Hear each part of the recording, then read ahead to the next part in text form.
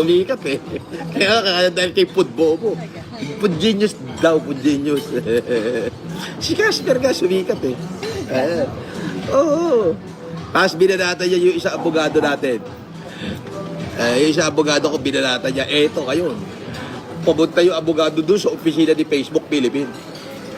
Nire-required na kunin kung anong number yung pinanggawa nung ano na yon, nung account na yon.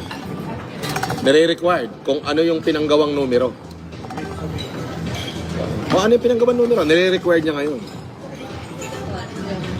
Anong pinanggawang numero. Tapos yung numero na ginawa, na ginamit para buksan yon, dadalhin niya ngayon sa NTC, sa National Telecommunication Commission.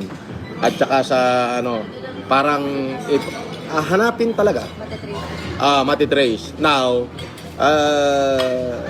parang ganon. Tapos, alam na this. Yung sabi ko, bahala ka. Basta ako, ayoko pag-aksaya ng oras siya kasi wala na wakwete, hindorotot na yan eh.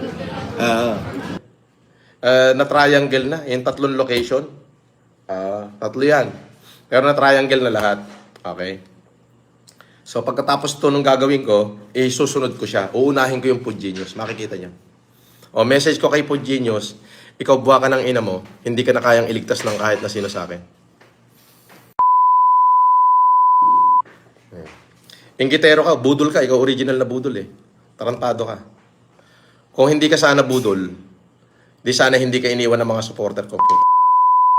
Diba? So bakit kanila iniwan? Kasi nakita nila budol ka. Gusto mong gamitin yung pangalan ko para guminhawa buhay mo. Tarantado, hindi mangyayari yon. Kumayod ka.